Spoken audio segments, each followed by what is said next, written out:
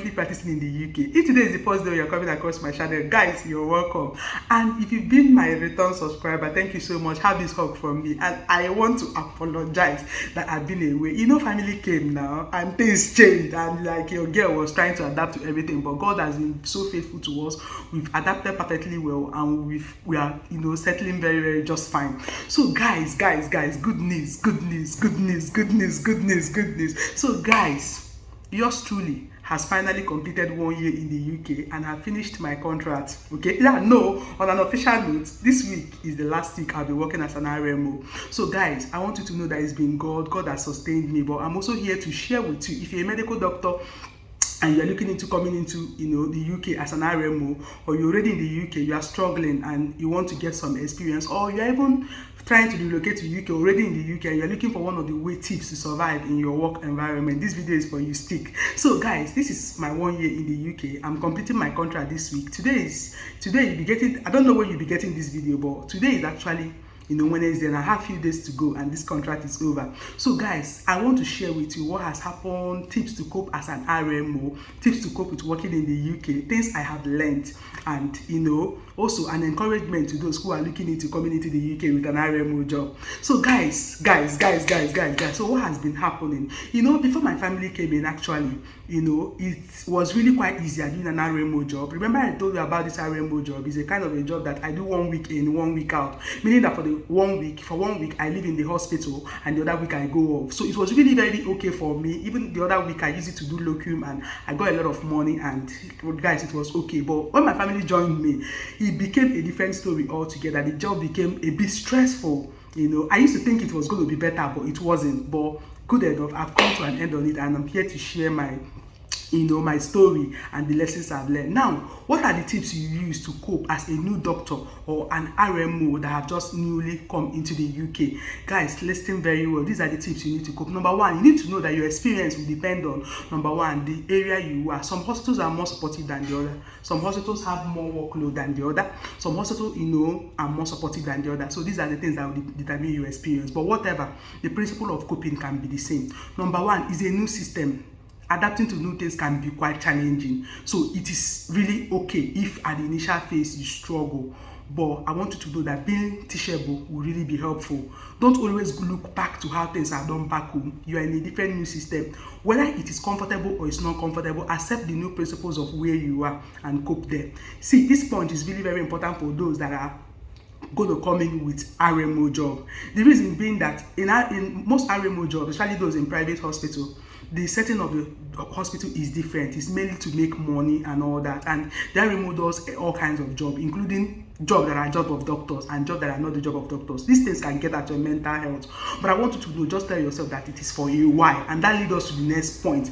As you're telling yourself it's for a why, and you are looking at, oh, this is not what I want to do for a long time, plan for how long you want to do the RMO job.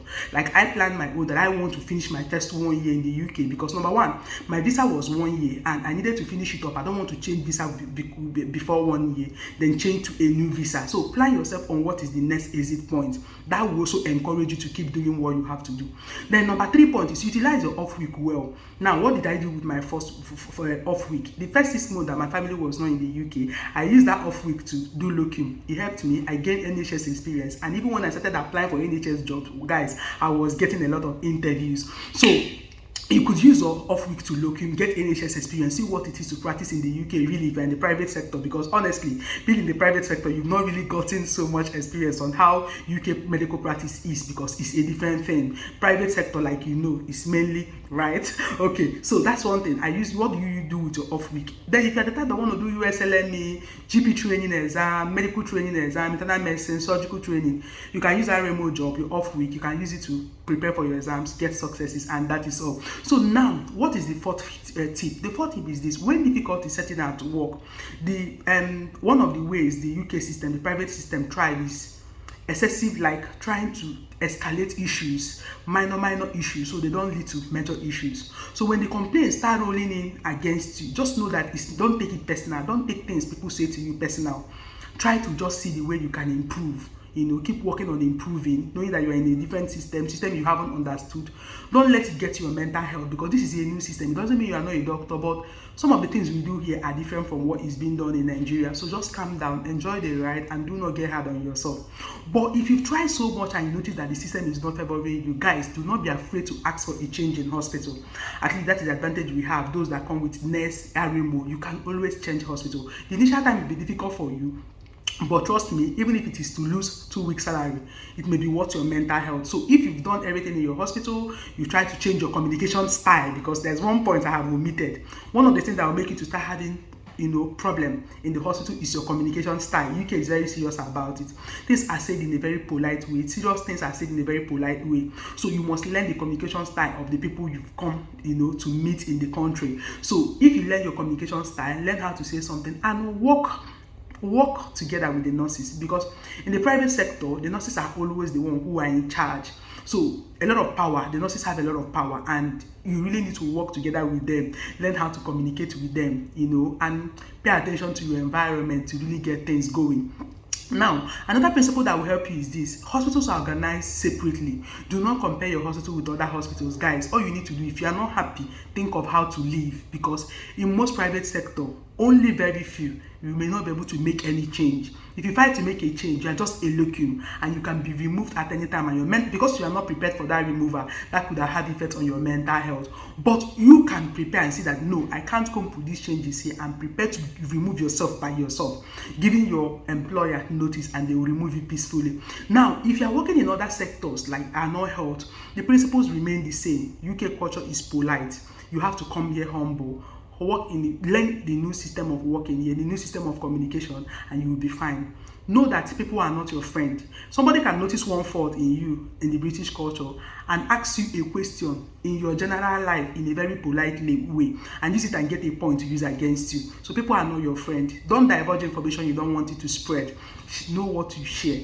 So know that your workplace is for official businesses. Do your official businesses and do what? And go home. Learn communicating very well. Learn to say you are sorry. Learn to communicate with patients. Be very nice to patients. Sometimes those patients are going to be the one that will defend you. So guys, these are some of the tips that helped me survive as an RMO, and I want you to know that you can also survive. Another thing that is very, very important is your clinical knowledge. Remember that after like 5 to 6 p.m. when the surgeries are done for those in surgical hospitals, you'll be the only doctor in that private hospital. So take your resuscitation courses very, very serious. Read very well, so that in the case of emergency, learn how to take the role of a team leader, so you will be able to handle emergencies. If you are found to be incompetent in handling emergencies, your hospital may ask for your removal, that you are not safe. So guys, these are the things. I've had a good ride, honestly. I've had a lot of positive feedbacks, this 1 year of my life. I've had people say good things about me. I've also worked on my own weaknesses in this 1 year, and it's been a very good ride for me. The most challenging difficulty I had was when my family joined me. It became more mentally torturing for me to leave them every week and work. And initially when they came, it did affected my work, because it get hold of me. When I come to work, I'm moody because I've left family. But after some time, I got hold of it, and I moved on. And guys, I have come to a conclusion, and I've come to conclude the contract, and I'm happy about it. I'm proud of myself. So guys, these are the tips I need to give you. For those of us that are in Nigeria, see guys, do not be discouraged to come to the UK with RMO job, whether RMOI, Cape Med, NES, whichever one you can be able to lay your hands on. Check one of my videos where I talked about their CV requirement. Go ahead. Like I said before, I've summarized it before. The NES for surgical posts need consistent 18-month general surgery experience or ICU experience. So know how to walk through your CVs to get what you need and apply for those posts. You can come in with them. I know things I've achieved in this 1 year. I've achieved a whole lot of things. The family have integrated. Now I am moving on. That will lead us to our next video. Where am I going to? Am I coming back to Nigeria, or am I moving ahead? Everybody say ahead. So we are moving ahead, guys. No going back. God is helping us, and we're going to keep moving ahead. So guys, hey, the video has become so long, so I'm going to end it here. Guys, thank you so much for always coming back to watch my video. Encourage your girl by subscribing and clicking the notification bell. Share my videos, and see guys, I will see you in my next video. Thank you very much.